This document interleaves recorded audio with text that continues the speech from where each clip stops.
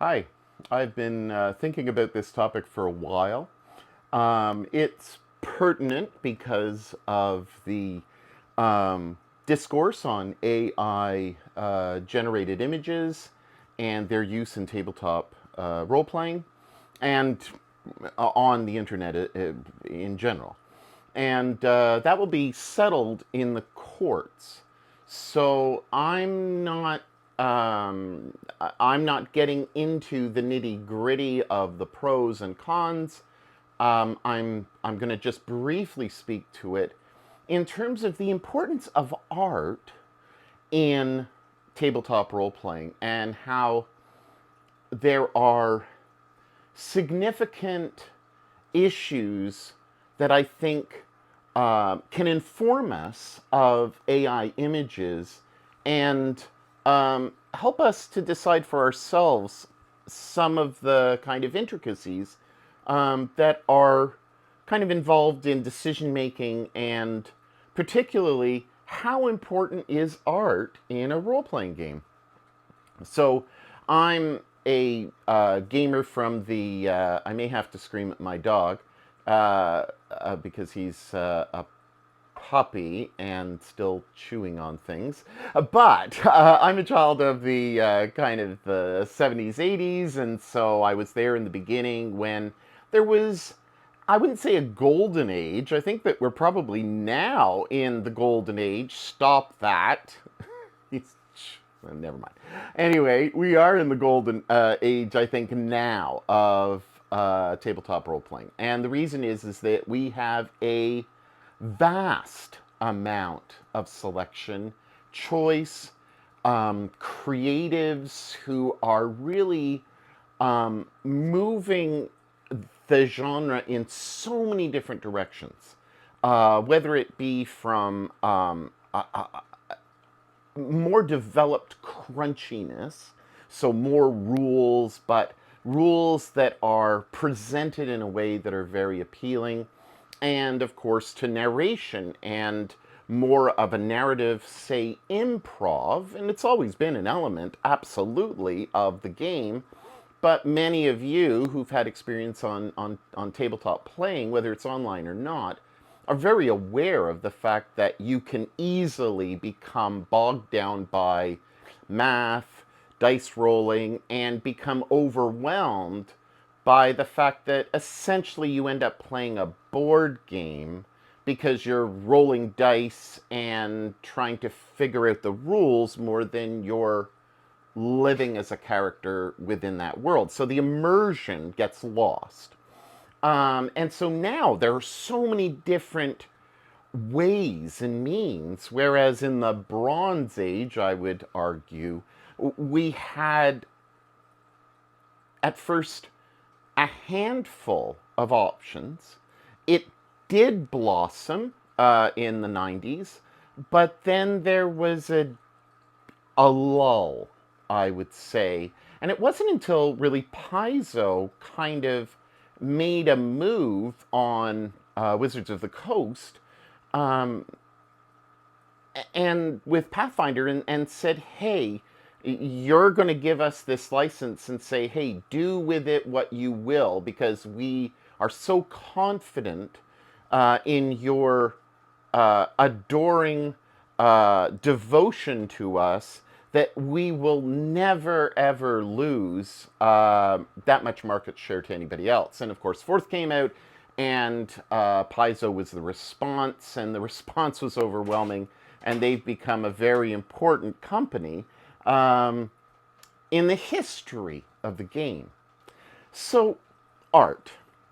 Now, let's give the perfect example. And you may have seen it in previous videos. It's not there now because it's in my hand. And here we have the iconic Dungeons Masters guide, the AD&D guide.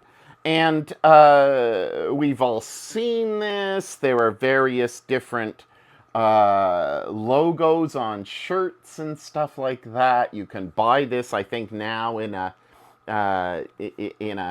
plushie and also in a kind of format of kind of a character or a doll.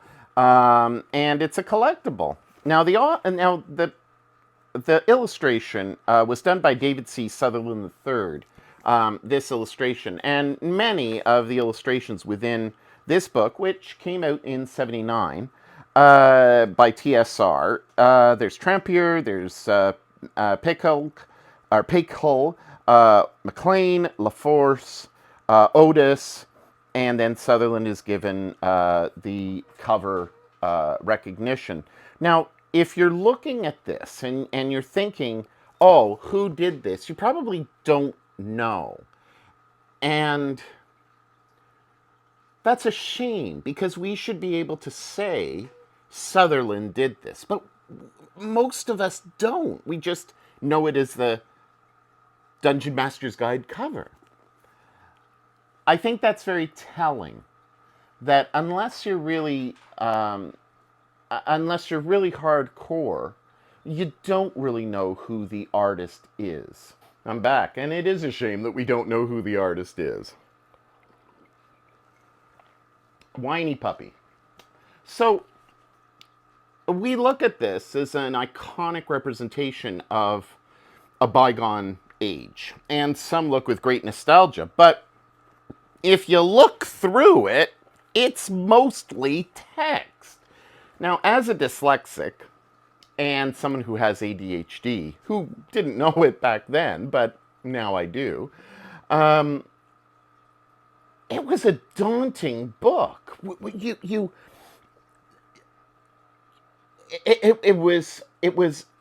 It was heavier than textbooks at school.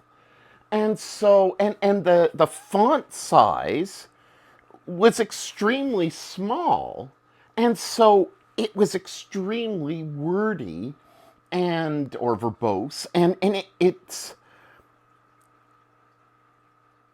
and yet it continues to have fond memories. The art is not as, there's not as much art. Okay, so here is a typical picture from that time. It's black and white, and that's great. But the art style in those days was quirky, fun. It wasn't like the Conan covers or the covers of kind of, you know, those novels that you'd get from Isaac Asimov or any of the fantasy writers of the day. It wasn't even Tolkien-esque. You know, it was very basic, and yet it was evocative. But I would argue that the art wasn't as important as the rules for the designers. The art was just kind of an imagination, but it wasn't as central. And as the years went on, and as the editions went on, art became very central, but you would never have a particular artist per se that we could name, not for the general player.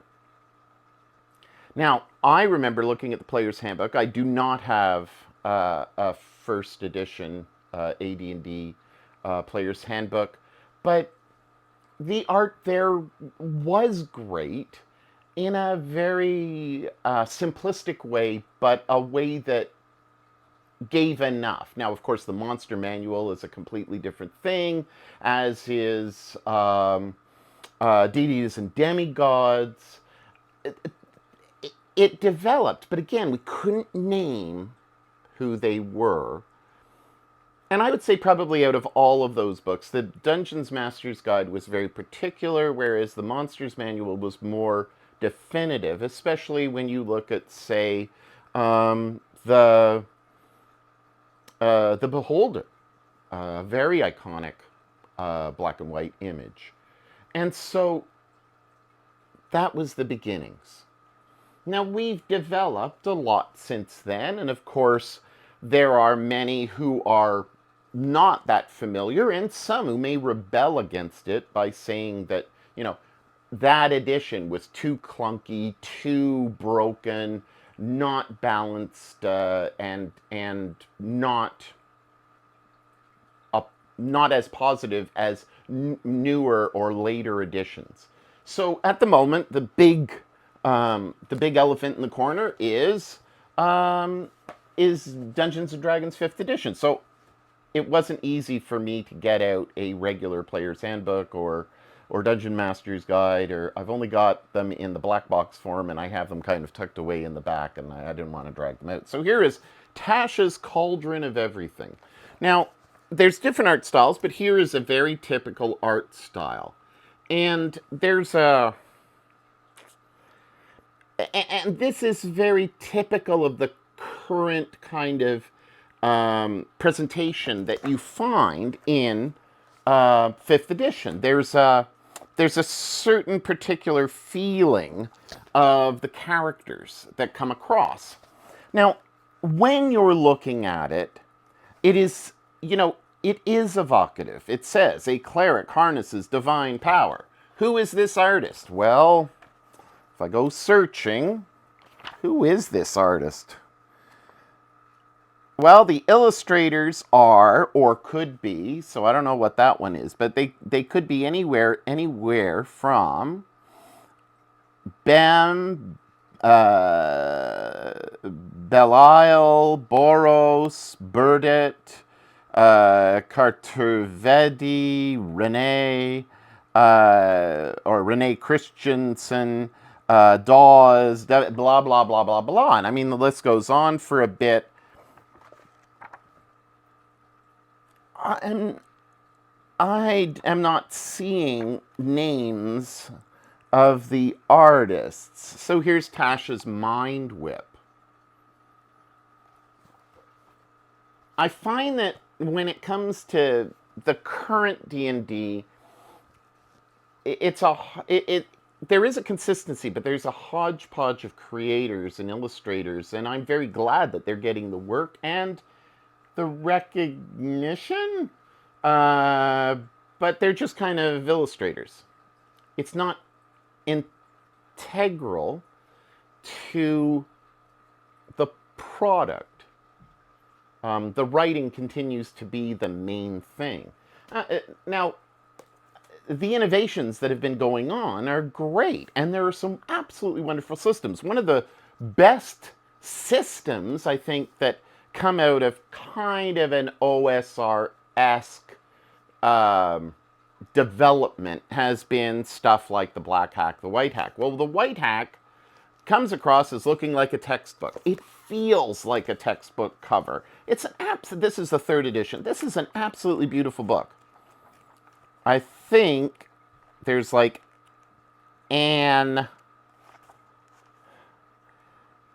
how many illustrations there are? There's not many, and it's a woodcut kind of view. There literally are just a handful.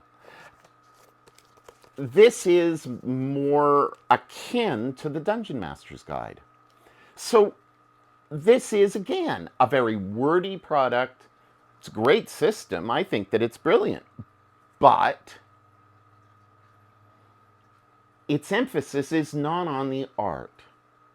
Now, this came out, it should have, if it's good, it should have an original date. So 2013, this is 2021. It has, so I believe that the fourth edition has come out. This is by Christian Merstam. And so 2013, a great addition to any collection. But the art was not integral to its definition. When you think of Paizo, now I don't have a Paizo product. I know, it's time to turn off now. I don't have a Paizo product because I guess I was one of the Kool-Aid drinkers who thought, well, 4th edition is the next edition, and D&D, the sun and moon shine out of their ass. And so I started buying 4th edition books. I was playing WoW at the time as a raider. And so Fourth edition kind of made sense, but I wasn't being as discerning. I was quite open, but it was it took me about a year to kind of figure out that, Paizo, though, even today, I think most of us will recognize the Paizo Goblin. Now, I don't know, and this is another point. I don't know who the illustrator was for that Paizo Goblin. It is iconic. I think that it's as iconic as the Dungeon Master's Guide cover. I think that it truly represents innovation in the art of tabletop role playing, and I think that we shouldn't dismiss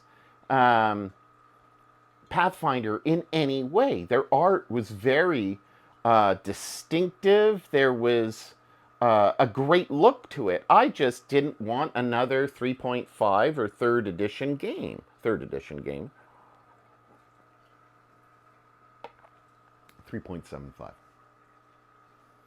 So that brings us to other games. So Blades in the Dark. Blades in the Dark, again, is an amazing game.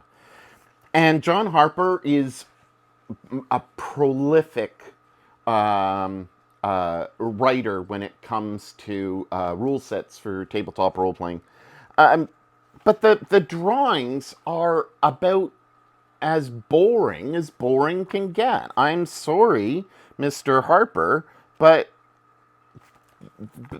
yeah, it's dark and it's moody, and that's what it's supposed to be, sure. But there is nothing distinctive, and frankly, I've just been flipping for about 100 pages, and I'm not even seeing any real art. I mean, the maps are really beautiful. I must say that the latter part in the maps, but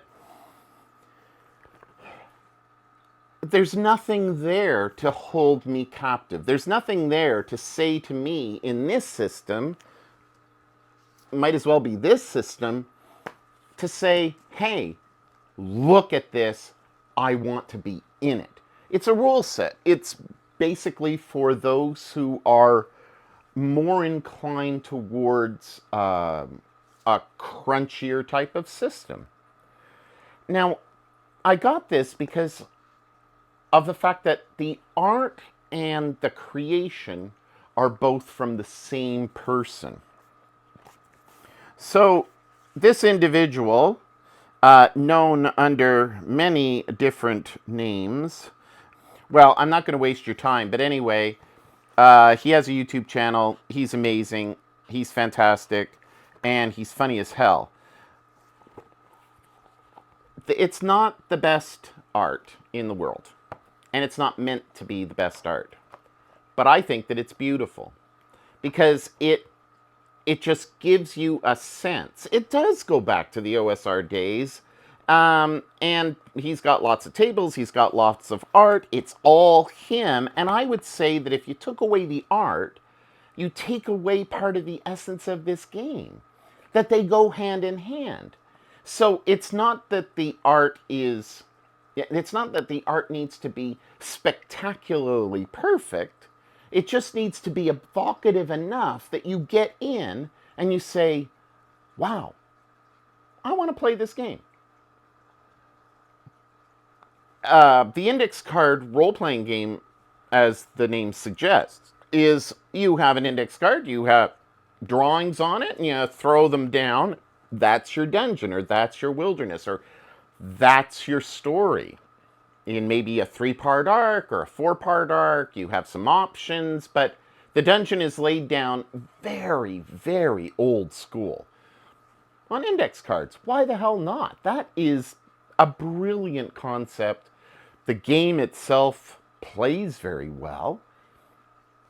But now we're moving into the art being part and parcel of the essence of the game. I don't know if Dungeons & Dragons art is the essence of the game. Hasbro and Wizards of the Coast may try to convince you that the art is as important. And I would say that, yeah, it evokes something. but there's a generic aspect. The fact that they have so many artists means that there's a disjointedness about the way that it's presented. Now, certainly AD&D back in the first edition had 4 or 5 artists, and they were distinctive, but for some reason there was more of a cohesion. I'm not a big fan of 5th edition art, partly because it's samey, and I guess it's the way that now I would say, you know, you look at anime back in the 90s, 2000s, and a lot of the anime all look the same. Well, I'm wearing my Cowboy Bebop shirt. Cowboy Bebop um,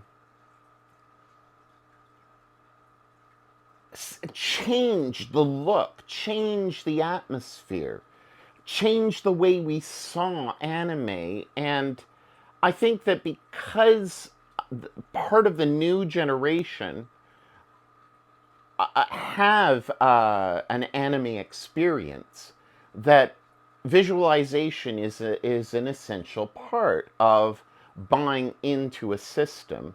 And there's nuances that I think a new consumer is looking for when they're looking at art within the product.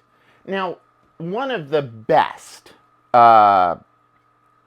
versions of this is a form of AI art, and yet it's not. So we all, you know, there's a lot of people complaining about stealing images and all that stuff. And now, Sean Tompkin did not steal these images. These are all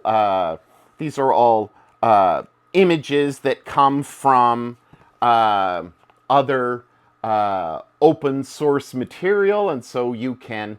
He has full copyright use of these images, but this is not the image. This is a image that he created. He manipulated it, and I really love this about Ironsworn. Is that first of all, it was free, not the hardcover, but it was free. It was given out, and it was said, "Hey, this is kind of a gift to the community. I have this idea about Powered by the Apocalypse.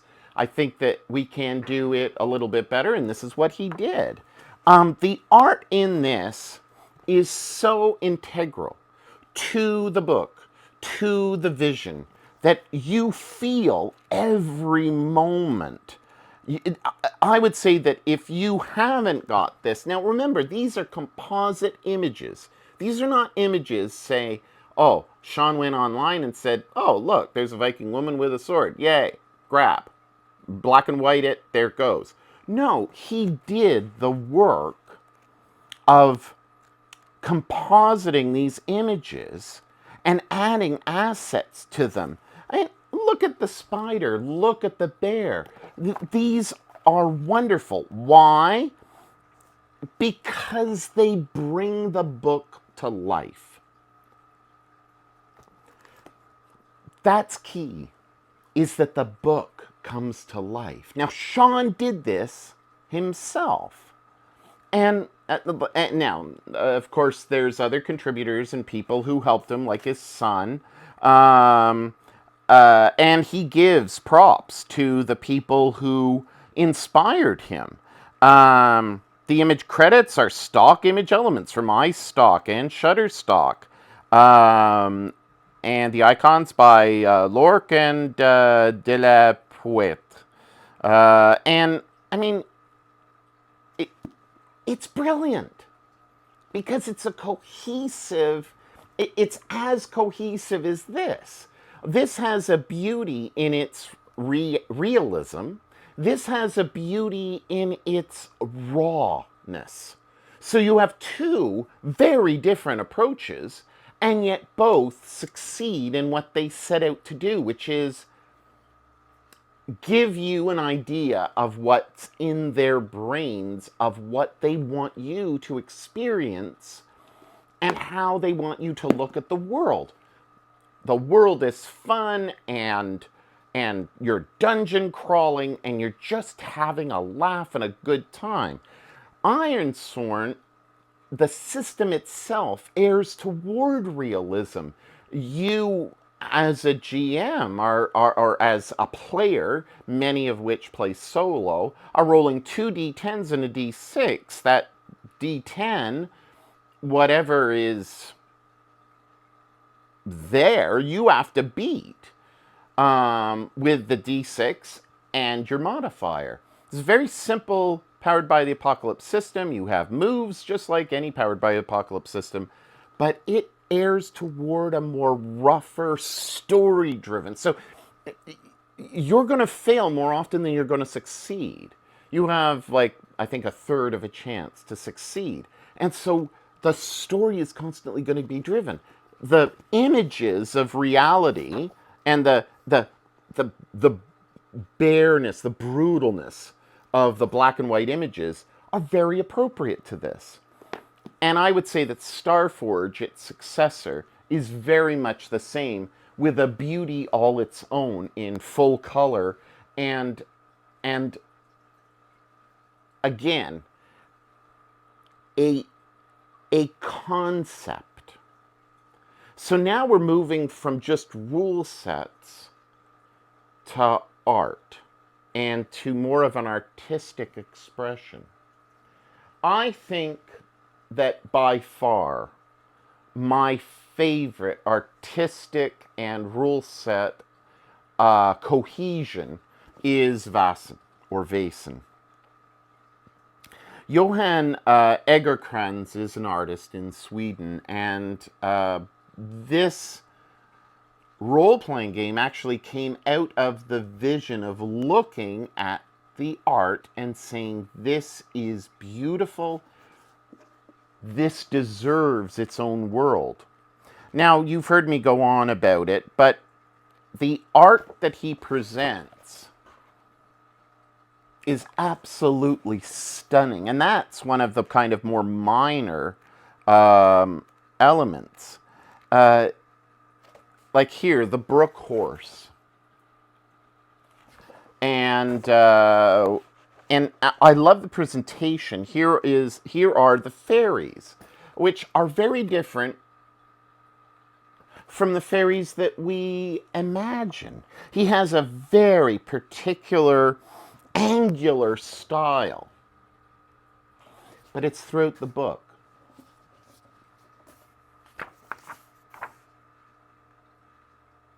He is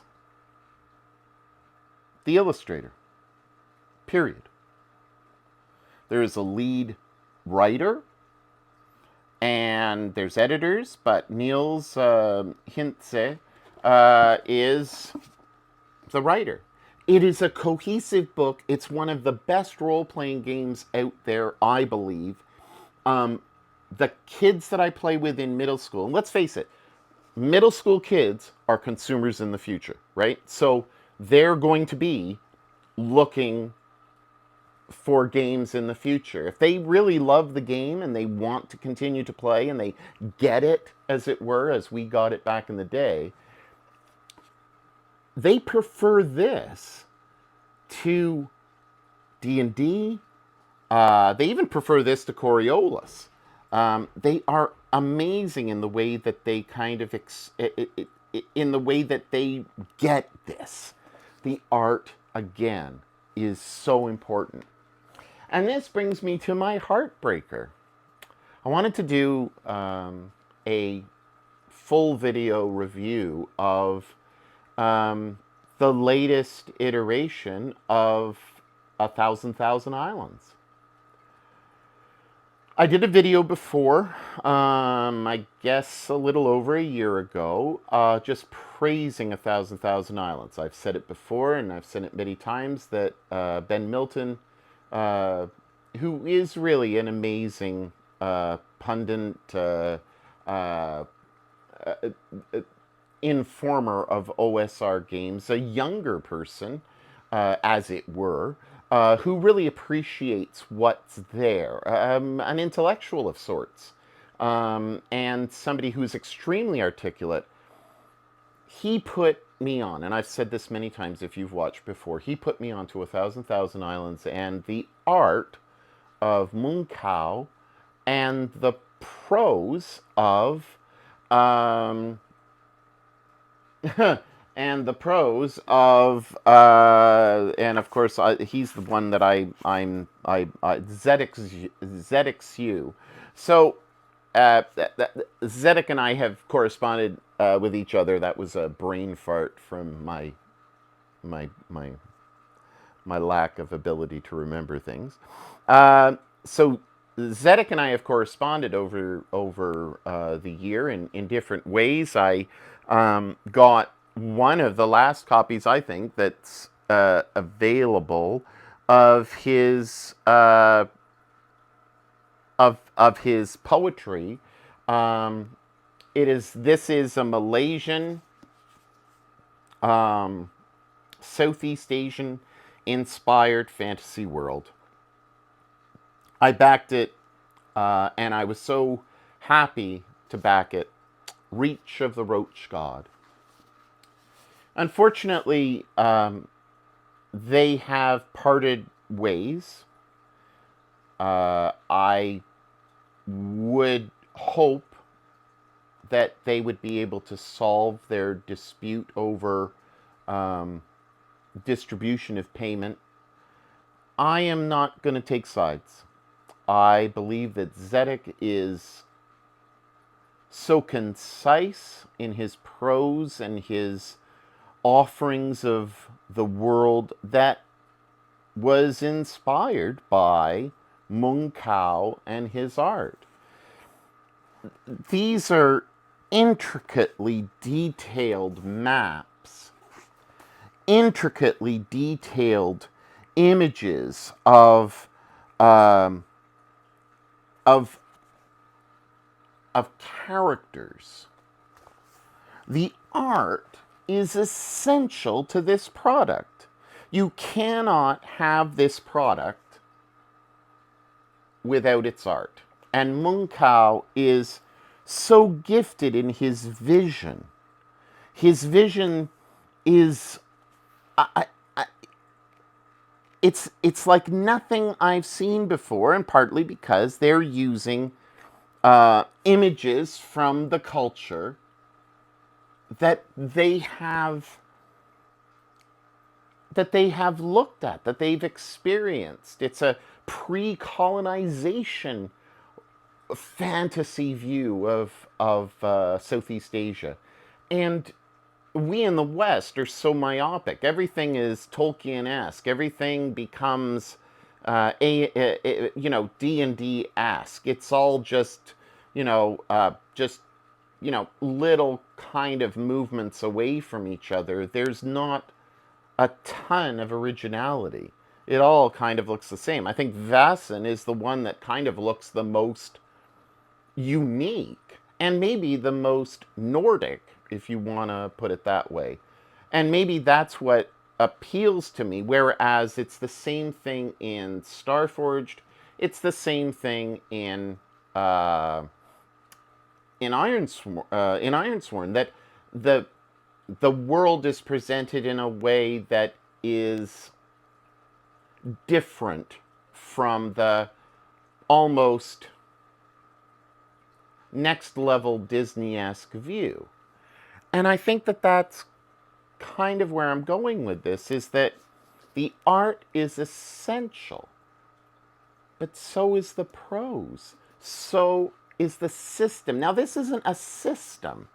So this is options. It gives you an area, gives you, you roll a d6. So, you have a quiet lake. You roll a d6, you get a 5. A roach soldier missing a limb, and it's got a reference to where you're going to find that roach soldier. You roll another d6 and you get a 2. Momentarily spooking. And then you roll another dice, and let's say you get a 4. A swarm of flying roaches scouting ahead. So you've you roll and you're getting different combinations. This book is brilliant in its execution. It's it's an amazing product. And it's sad because now I almost don't want to play it. I don't want to review it, though I guess I just have, but because it's it's shrouded in controversy. And the other thing is that I know that there isn't going to be anything else like it next. Mung Kao has a vision. His vision is to make the game bigger, to go into different areas with the art, to build upon um, his vision. And remember, if you didn't watch the development of this and how Mung Kao does his art, he also is taking a bunch of different assets and drawing from those various different assets. So we're already verging on asset use and combining different visions to make our own vision. My daughter is in a Bachelor of Applied Arts, and she's an artist. And when she does art, often she looks for inspiration, and that inspiration gets manipulated to her vision. So she's taken someone else's vision, and she's put her spin on it. I guess all products of role playing have a vision that has come out of a general concept of let's play make believe and let's give it chance and randomness. And let's give it story elements. And let's give some vision, some visual cues. That's the genre. And all of us are building on it bit by bit. There's nothing truly unique about storytelling or about vision. We all are drawing on the same world that we have. And its development is taken from the world. So, we're constantly grabbing with our minds things that are around us and trying to put a newness to them. Now, I am really sympathetic to the artists who are afraid that their work is going to be diminished, abused, and that they are not going to get the compensation that they deserve for assets that they have that are being used.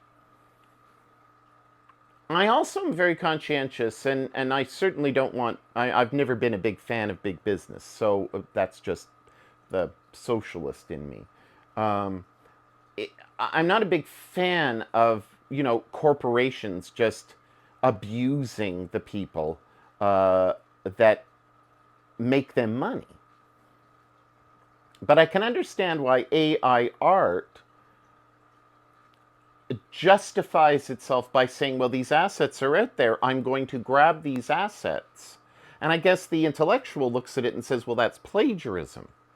Because, of course, those who are part of the academy know very well that you don't plagiarize. You have to give credit to everybody that you've used as a source. Wikipedia should, unless you know where that source comes from, you can't just say, well, I got it off of Wikipedia. No, there's a source, there's a book, there's someone who has done the investigative work, someone who's gone back to original sources. And see, there are original sources that all of these artists have gone to take some stuff from. yes, there's original imagination.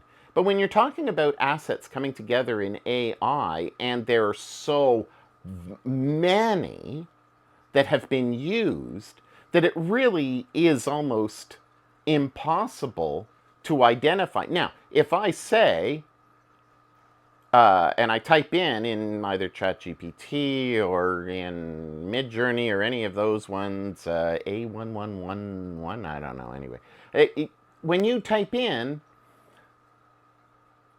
I uh, I want a monster made by Munkau, or in the style of Munkau, or I want one Egerkrans. I want it in the style of Egerkrans. And then you try to put it into a book and sell it on Drive-Through RPG. Well, I have a problem with that. Okay, so I have a problem with that because I think that that's directly taking from individuals, saying in the style of. So I don't understand why Star Wars hasn't started, suing people for making memes. Memes can make people money. YouTube videos, when you're involving their stuff. Uh, Money does change hands. Uh, a meme may not make the original content creator, if you can call them a content creator by making some quib on an image of Darth Vader. Um, it, the more it gets clicked, the more money that Facebook is making, or TikTok is making, or whoever is making. If you're throwing that up there, it's making money because you're invested in constantly scrolling and clicking. So I do believe that that's theft in my mind. But if you're doing something very, very generic, where so many different assets come out, I think that that to me is uh, more acceptable. Now, you may absolutely disagree, and I understand that. There's a group that I no longer follow.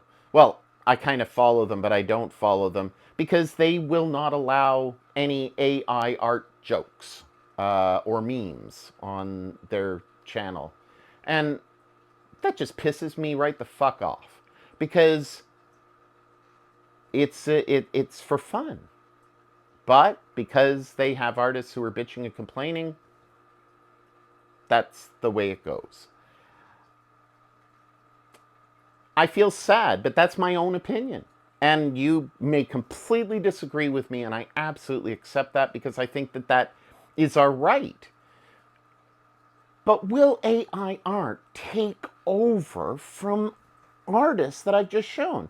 Mung Kao, no matter what the discussion is and the issues are between Zedek and Mung Kao, I think that they both are absolutely brilliant, both of them gifted. And it's a shame that their disagreement has become so public because we do look at games and we want longevity. I think that's why people buy into Dungeons and Dragons, is that there's this sense that it will just keep on going on and there's a continuity. But as we've seen, uh, the discourse on continuity and D&D has become now about brand. It's become about rights and law, and everybody now knows the law about SRDs and OGLs, and we all became lawyers in January. Thank you very much. And now we're in July, and everybody's friggin' forgotten. And why? Because we are human beings who have a very limited amount of, we just don't remember and we don't care. Life is short for us, and so therefore we tend to forget things. We're not the brightest bulbs in the world. Some of us, I still have not bought one single Wizards of the Coast or Hasbro product since January, and I will not. I'm done. Uh, for different reasons. I for different reasons. That's all I'm going to say. I just won't. But I know many people who said, I'm not going to talk about it, I'm not going to deal with it, I'm not going to buy into it, and they're still doing it. And there's a lot of people who were up in arms at friendly local game stores who are now back to playing it because if you want to play a role playing game, the majority of people who want to play something that's in and big and has longevity in the legs. People are probably not going to be buying the book Reach of the Roach God um, at stores if they know that it's kind of come to an end. It's run its course. It will be very different. Mung Kao will continue to do his art, which is brilliant. I hope and pray, as it were, that ZXU will continue doing his brilliant writing style. I love it. It's so condensed, and it is a poetry and a pro. It's so prosaic um, because of its denseness. He has a beautiful way of working with words. So it is very much an artistic endeavor, both from a writing perspective as media and from an from an art perspective, from uh, medium. Uh, I think longevity has to do with the art and with whether or not the art is going to capture the inspiration of us, the consumer. My last point, I guess, is how can AI art eliminate people like Egerkrans and Mun Kao and Sutherland III? I don't think it can, and I now, if I'm going to put something up on Drive Through RPG, I'm going to use AI art because I know that I can't get what I want for the concept that I have other than using AI art and conglomerations of a particular genre that I'm interested in creating a game for. And it's a shame because I wish that there could be money to be generated to offer an artist. And I think that's one of the problems is that I believe that many people who have used AI art really would love to have the funds to be able to pay an artist and to be able to afford it and to pay them rightly and justly. But then at the same time, you have to make a decision about whether the $5 or the pay what you want is going to be worth it, and you're going to be able to recover the funds that you deserve for the time that you've put into the product. And let's face it, no one's really getting rich being a freelancer or being a game designer, not unless you are top of the line and have been doing it forever.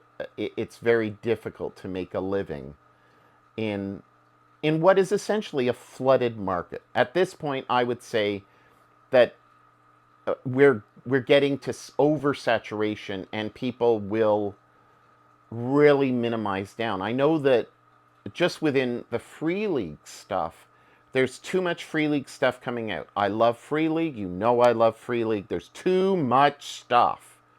You're over taxing your fans.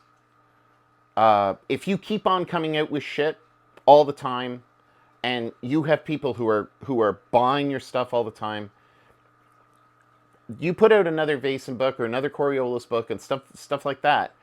There comes a point where people are going to have to make decisions about what they cut, and I think that at the moment there's just too much too quickly, and that they are kind of getting bigger than their britches. And we saw what happened with TSR when that happened. Um, the kids that I'm playing with absolutely love The Walking Dead, and that's going to be my next video, is to talk about The Walking Dead and to say to everybody, I think I was wrong. It is an amazing playable game. Oh my gosh, I'm having fun as GM. These youth are just soaking it up, and the decision making, the tension, there's a great balance. I do like the threat meter. I like the stress dice based on Alien. I love its mechanics. There's a beauty to the system, very much like Vaesen. Vaesen still is my favorite, but The Walking Dead is really good. And of course, the art in Walking Dead in the book. Of course, I've got the PDF, and when I get the book, but the art is great and it's very evocative. Again, Free League is great with their art ratio to text, and they're very consistent with the way that they have written their books. Dragonbane is I think going to be a very good publication, and also because it's Edgar Krantz and his art has a beautiful aesthetic that I think that you can't get with AI generated images. Even though I know that I will probably do that, I know that it's nothing in comparison to the art that you can get the other way. Now remember, the prose or the written words, the prompts that I put in to a AI generated image, that is a creative method in and of itself. And you have to be skilled to be able to use the prompts properly. Do I believe that there should be assets mentioned and where they got them from? I think that it should be possible. I don't think it is, though. I literally don't think that it is. I don't think AI art is ever going to go away. But it's not going to replace the creative mind, even though the creative mind is taking assets in and of itself. It's just because it's a computer-generated thing that we're so fearful of it. And it's the same thing with news broadcasters, artists who are in the film and television and creative kind of works in those industries. They're worried that their image is going to be stolen and used in the future. I'd be afraid too, and I'd want my assets to be going to my grandchildren, my great-grandchildren, of course. But I don't know. I don't know how they're gonna figure this out. I hope that they do, and I hope that it is beneficial. Nobody should be making $40 for in residuals for doing an important role in a TV show, a movie, whatever. I mean, that's just ridiculous. Now, this is what I use AI art for. And I don't put it online, but if you remember way back in the day when I wanted to play a combination of Vaesen and some other things, I had a bunch of images that I had generated from I Am Not Real. Okay, it had taken a whole bunch of images of faces, very clunky, half glasses and stuff like that. And I thought that that was okay because I didn't want to choose the original sources. Well, here I have a bunch of people.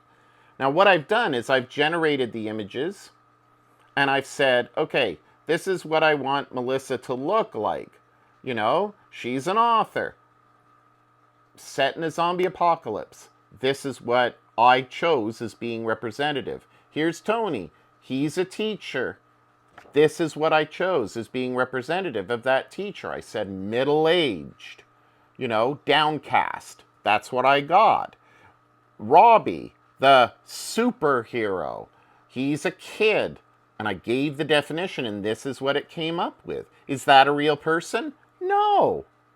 And who cares where the assets came from? This isn't a real person. Does it look like a real person? Absolutely. Is there a person who looks like them? Yeah, but there's a person who looks like me. There's a person who looks like you. That's just happenstance. And of course, Bobby, the fighter, the boxer fighter. So these all come from The Walking Dead. And I've just taken the assets and I've kind of moved them together. Now, I'll chop those up, I'll put them on standees, and I'll show them to my kids who are playing the game. And I'll tell you, having images like this to play a game set in the modern world makes a huge difference for them, because I'll tell you, even without the names, they remember who it is. So even if I'm not showing them the image, they'll say, oh yeah, Doris. I know who Doris is. She's that old lady.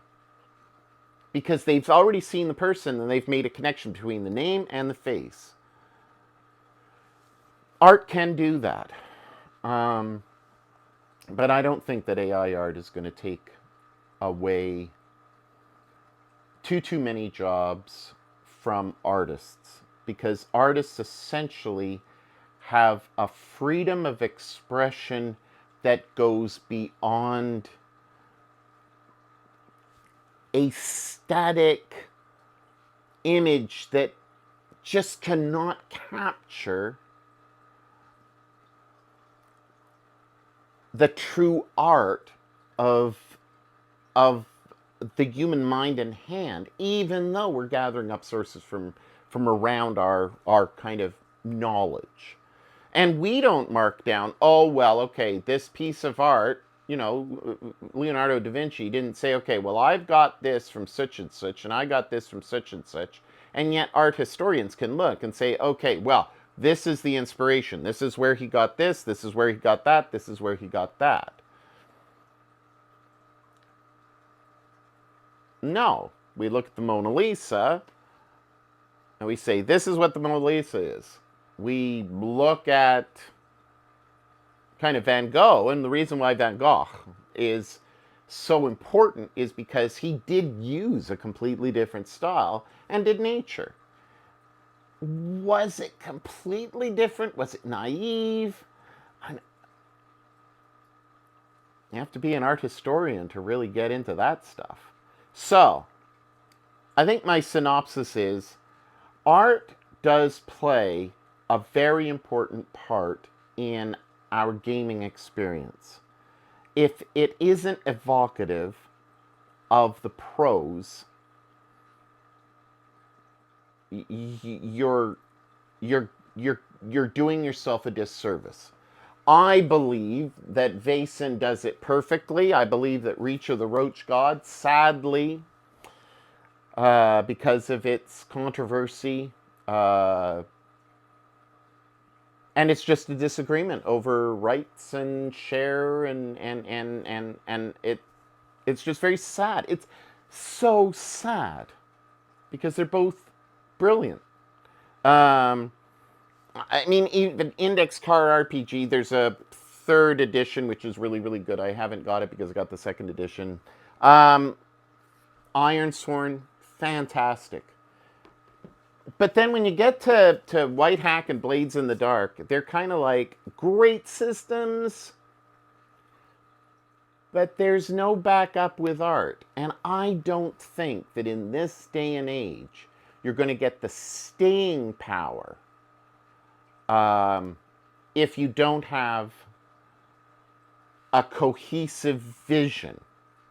And I think that's one of the reasons why Free League Games has grown and has a positive reputation, is because they do have that integrity. I just feel bad about Blades in the Dark because, yes, it has that dark and mysterious look. But I don't give a shit when I look at this guy. I don't care. The rules are great. It just looks like shit. And this, I hate to say it, but if anybody should be worried about, you know, generic images and stuff just replacing them, probably it should be Wizards, because and the artist for Wizards, because it all it even though it's so many different artists, it's all very samey, and it has a very particular fantasy look that's almost nowadays childish. And I would say that it's very much like the difference between, you know, this art and the art, you know, 5 years before Cowboy Bebop, where everything looked the same.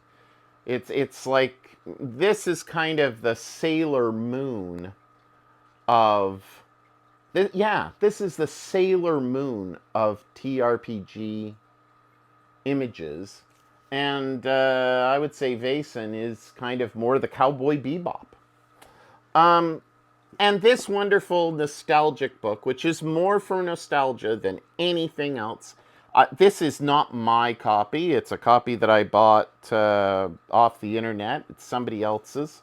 It does have notes and shit in it, because I got rid of it a long time ago. But out of all the books, it's not the Player's Guide and it's not the Monster Manual I wanted. I wanted the Dungeons Master's Guide because it's got a lot of tables.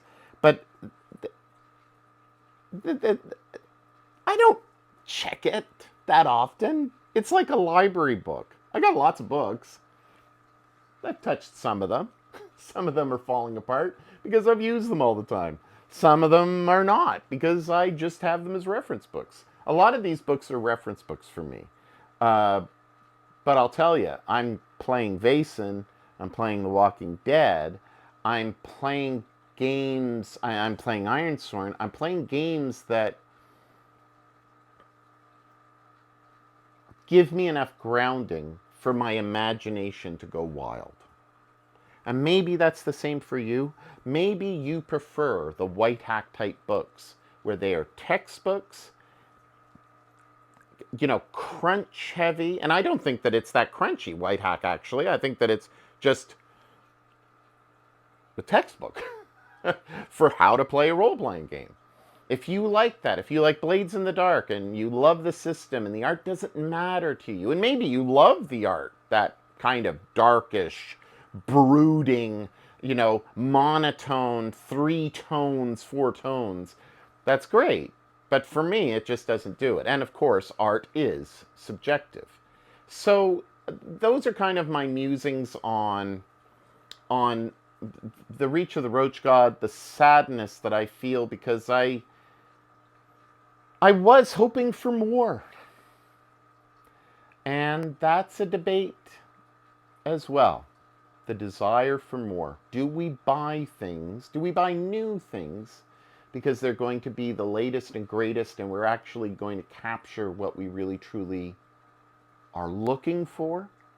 Do we buy new game systems because we love the innovation of the hobby? Do we buy them because they're of their artistic merits? Um, do we buy them because we're hoping for a longevity and a lot of publications? Uh, Coriolis, I believe, is going to be remade. Uh, and so at the moment, I'm not going to buy any Coriolis books. I mean, I've got everything now. I've got the three, you know, I've got the Wake of the Icons and the Last Cyclade and the Emissary Lost. I have all of those. I haven't played them yet. I will. But with that said, with the possibility of a new system coming out, I'll buy the new system because I really love the Coriolis world. And I'll be looking forward to the art. And it won't be AI generated.